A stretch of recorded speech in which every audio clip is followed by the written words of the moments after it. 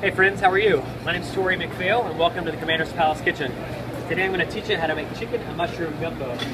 Every great gumbo here in New Orleans starts with a great roux. Okay, so into this I've got our oil. We've added in our flour and it's starting to turn mahogany brown. And that's really the kind of basis to really give our gumbo great depth and flavor. It also helps to thicken the stock, which adds body and richness to one of our classic stews or soups here in New Orleans. We're using induction cooking today, right? You can use gas powered electric stoves, whatever else you have. But we're going to continue to mix this up until it gets just about the consistency of peanut butter. Okay. We have a whisk, and you can use a rubber spatula, a wooden spoon, whichever you prefer. But it's almost there, and it really starts to take on a beautiful, fresh, nutty flavor. And that's kind of the hallmark of really good Louisiana cooking. It's all about flavor, it's all about spice, it's all about seasoning, which we'll talk about here a little bit more.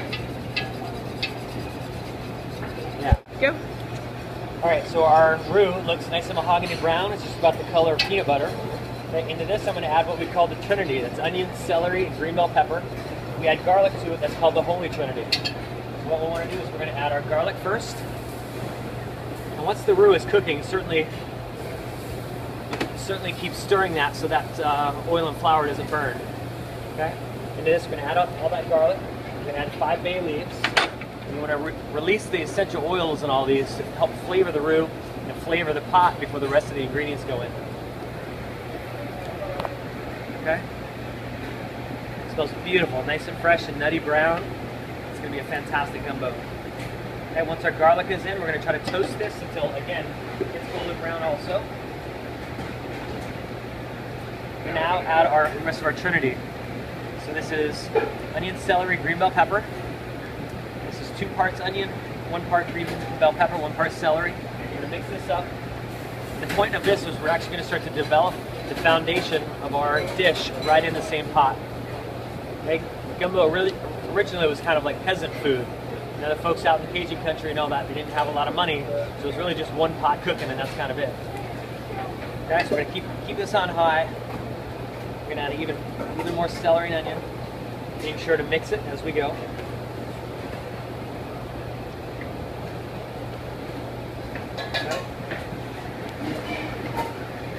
Okay. Keep folding that together. All right, beautiful. All right, friends, as you can see in the pot right now, we have our Holy Trinity in the dark roux. We're mixing it up. We've left that to cook for about 4 minutes. Since we're making chicken and mushroom gumbo, I've got 2 different types of mushrooms here. The more hardy or the least expensive mushrooms go in first. It helps to drive the flavor, and they're going to kind of disintegrate. So you don't want to put your expensive mushrooms in at this point. Add the more inexpensive ones to help flavor that. Okay. Also, we're going to try to season as we go. Okay. So we're going to take our salt, pepper, and Creole seasoning. We're just going to start going probably at about a teaspoon at a time. Okay. Add some salt. Add some black pepper. And add some Creole seasoning. Okay. And we'll keep adding seasoning really kind of every single step along the way. Okay. That way it develops layers of flavor. Once the mushrooms are in and you start to caramelize your vegetables, see the look of that? Next thing we want to do, we're going to add in hot roasted chicken stock. Okay? So in a Creole kitchen, we roast all of our bones to develop better flavor in the stock. Okay? Add a little bit of stock at a time. And mix that up. If I add all the stock, we're going to make roux balls, and it's just going to look kind of weird in the pot. So you add a little, you're going to want to mix that up, and add a little bit more. Okay? So all of the liquid is in. It's just going to take a couple of minutes, but it's really easy. All right, friends, so as you can see, our roasted chicken stock is in. Okay, if you don't have roasted chicken stock, you can certainly use like roasted veal stock, any kind of roasted bones that you have. We like to roast our bones to really help to develop a lot of that great flavor versus just having a blonde chicken stock.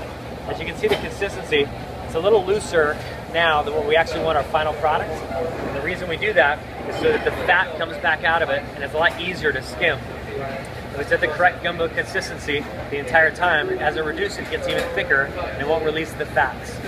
Gumbo itself is very healthy for you. Even though you saw us add a cup of oil in the beginning, a gumbo is not done until all that oil comes back out. So you keep skimming, skimming, and skimming with a ladle and a container like this. So we're going to let this come to a simmer and keep skimming that fat off for about the next hour, and then we're going to finish our gumbo. Okay? It's that easy to have great flavored Louisiana food. All right, friends, our gumbo's been simmering for about an hour. And so we're just skimming it of all that fat and all the foam that may come to that surface.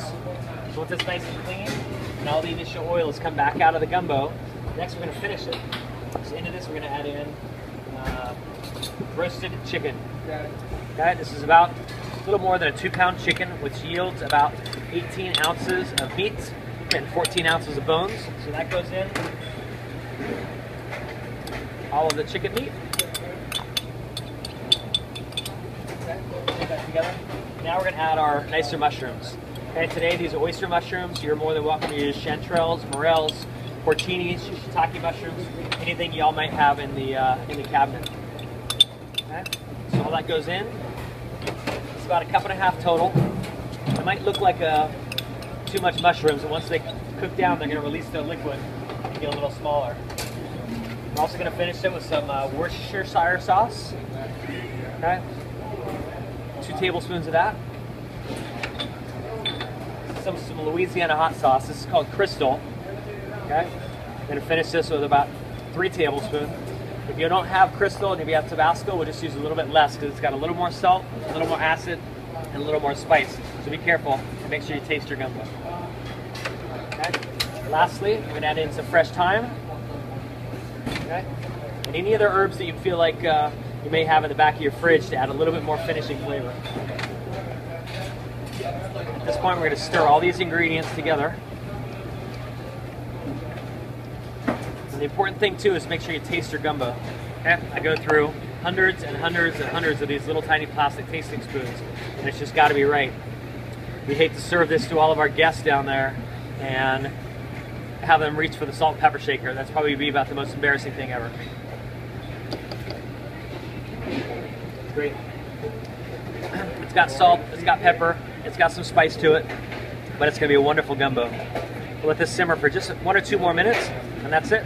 Okay? It's that easy to make great roasted chicken and breast mushroom gumbo. We'll see you next time in the Commander's Kitchen.